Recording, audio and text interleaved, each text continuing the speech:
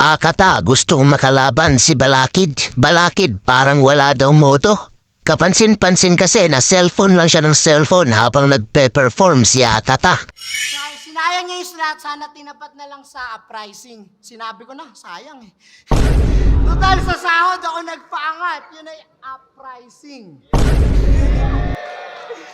Sobrang sikat ngayon ni Akata. At saktong may issue ngayon si Badang tungkol sa pambabas niya kay Glock 9.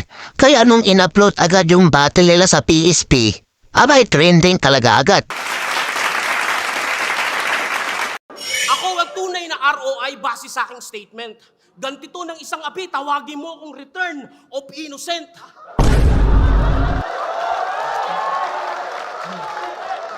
Hindi nga maitatanggi na sobrang lakas ng sense of humor ni Badang.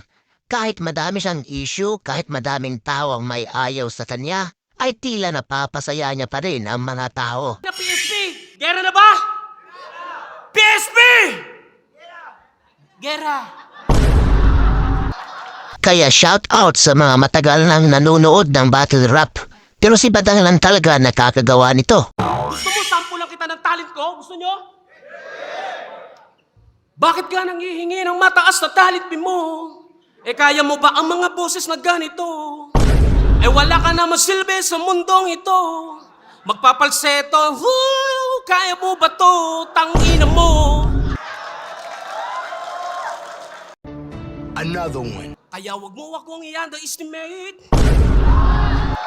Para sa akin makipag-debate. Another one. Maliit na bagay, talent na tunay, kahit kailan hindi ka makakasabay. Mga paa mo ngayon nasa hukay, good luck sa karir mo, goodbye.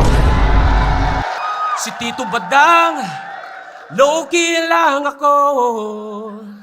Kaya bago mo i-down, gawin mo muna ang ganito. La la la la la la la la.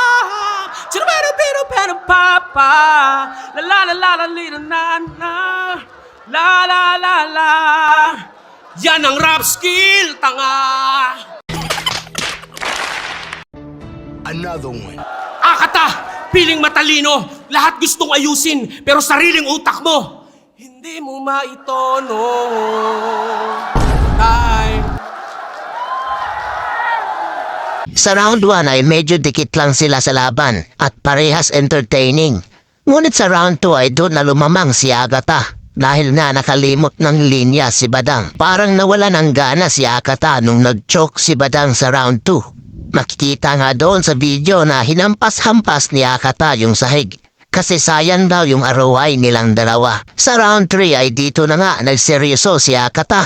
Bit-bit ang kanyang props na maskara ay nagtanong pa siya sa mga tao kung gusto ba daw nila na ibalik ang Akata therapy session na estilo. Sobrang na-excite yung crowd kaya sumagot sila ng oo. Oy, kayo! Gusto ba talaga ako makita bilang masama? Sa ganung paraan ba talaga kayo nagiging masaya? Pues sige, ngayon maririnig nyo na yung mga salitang masasambit lang kapag merong...